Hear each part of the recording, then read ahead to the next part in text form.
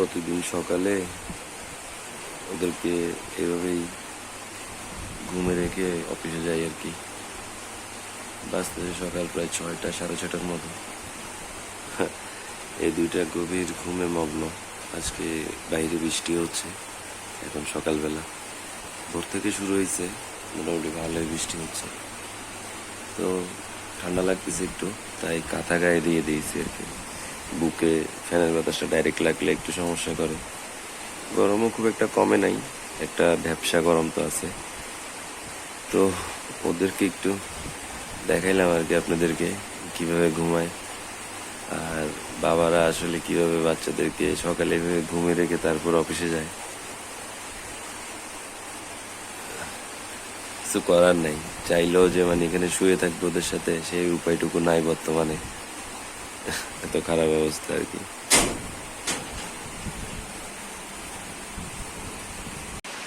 সকাল সকাল বিবিজনের হাতে বানানো রুটি, আর এখানে রাতের বাসি গরুর মাংসের ঝোল আলু দিয়ে সকালের নাস্তা হচ্ছে আর কি।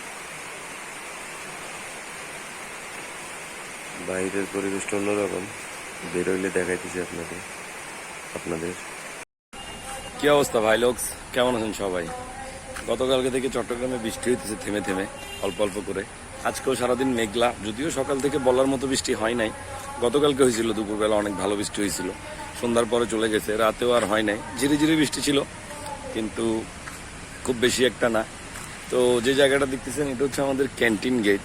যারা অনেক পুরাতন তারা এই জায়গাটা চিনবেন, যারা নতুন তারাও চিনবেন, কিন্তু নতুনরা পুরাতন যেই ক্যান্টিন গেটটা ছিল সেটার অনুভবটা আসলে করতে পারবেন না। বলতে গেলে 2010-এর আগে, 2005-এর আগে এই ক্যান্টিন গেট বা এই জায়গাগুলো মানে কেমন ছিল, অন্যরকম। বৃষ্টি যখন হয়, বৃষ্টি হওয়ার পরে আমাদের এরিয়াটা অন্যরকম একটা মানে ভাইব ক্রিয়েট করে। কারণ হচ্ছে এই অঞ্চলটাতে চট্টগ্রামের প্রচণ্ড পরিমাণে গাছপালা দেখা যায়, এখনও আছে কিছুটা, যদিও গত 16-17 বছরে আপনার জায়গা দখলের কারণে অনেক কিছু চলে গেছে, অনেক কিছু নষ্ট হয়ে গেছে, অনেক গাছপালা কমে গেছে। কিন্তু তারপরেও সরকারি কিছু প্রতিষ্ঠানের আশেপাশের কিছু জায়গাগুলো যেগুলো, সেগুলোর একটা স্থিতিশীলতা আছে এখনো। তো যে কারণে আমার পিছনে যে জায়গাটা দেখতেছেন, এই জায়গাটা মানে আমাদের ছোটবেলা থেকে শৈশবকাল, কিশোরকাল পুরোটাই এই জায়গাগুলোতে মানে আমরা দৌড়ঝাঁপ করে আসলে বড় হয়েছি। আমার পিছনে যে জায়গাটা, এই জায়গাটা একটা নার্সারি ছিল, খুব সুন্দর বড়, অনেক বিশাল একটা নার্সারি ছিল, কিন্তু নার্সারিটা পরবর্তীতে বিলুপ্ত হয়ে যায়।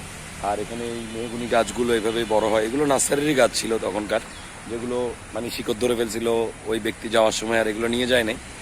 তো অন্যরকম আজকে সারাদিন যেহেতু বৃষ্টি হয়েছে, এই জায়গার সিনারিওটা অন্যরকম। হ্যাঁ, একটা ভালো ক্যামেরা দিয়ে যদি এই জায়গায় এখন ফটোশ্যুট বা ভিডিও করা যায়, অস্থির রকমের কিছু ব্যাকগ্রাউন্ড ইমেজ পাওয়া যাবে, এবং ব্যাকগ্রাউন্ড মানে সিনগুলো পাওয়া যাবে সুন্দর। হ্যাঁ, আগে এই জায়গাগুলোতে শুটিংও হইতো, যদিও এখন রেস্ট্রিক্টেড করে দিছে। আপনার দেখতেছেন চারিপাশে দেওয়াল করে দিছে, আগে দেওয়াল যখন ছিল না তখন এই পাশ থেকে অন্যরকম একটা বাতাস প্রবাহ হইতো এই পাশটাতে।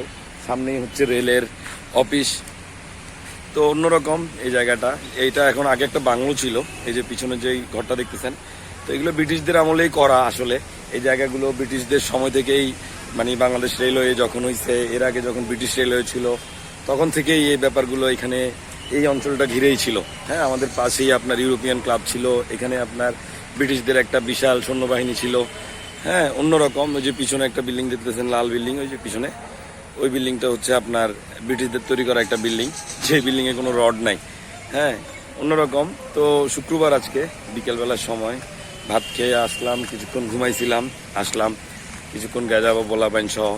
তো অনেকদিন যাবৎ মানে এই ধরনের একটা সিনারিও আপনাদের সাথে ভাবলাম শেয়ার করি। যারা এই অঞ্চলের থেকে চলে গেছেন এখন, তারা এটার সাথে একটু অ্যাটাচড হবেন। এই কিছু ছোটবেলার স্মৃতি হয়তো মনে পড়বে এই জায়গাগুলোর ক্ষেত্রে। এই জায়গাগুলোতে অনেক পরিমাণ খেলছি, এই যে পিছনে এখানে ক্রিকেট খেলে, এখন এখানেও ক্রিকেট খেলে পোলাপাইনে। হ্যাঁ, অন্যরকম। এই যে বাংলোটা, এটার সামনে একটা বিশাল চত্বর আছে, খুব সুন্দর। এগুলো আগে বাংলো ছিল, এখানে আগে রেলওয়ে যে অফিসারগুলো ছিল, বিসিএস ক্যাডার, ওনারা থাকতেন। হ্যাঁ, এখন যদিও এটা পরিত্যক্ত এবং এটাকে অফিসে রূপান্তরিত করার একটা প্রচেষ্টা চলতেছে। সুন্দর জায়গাটা, আপনাদেরকে পিছনের ক্যামেরা দিয়ে কিছু সিন দেখাই। দিছি না গুয়ানির পরে এটা আনপ্রেডিক্টেবল হয়ে গেছে না।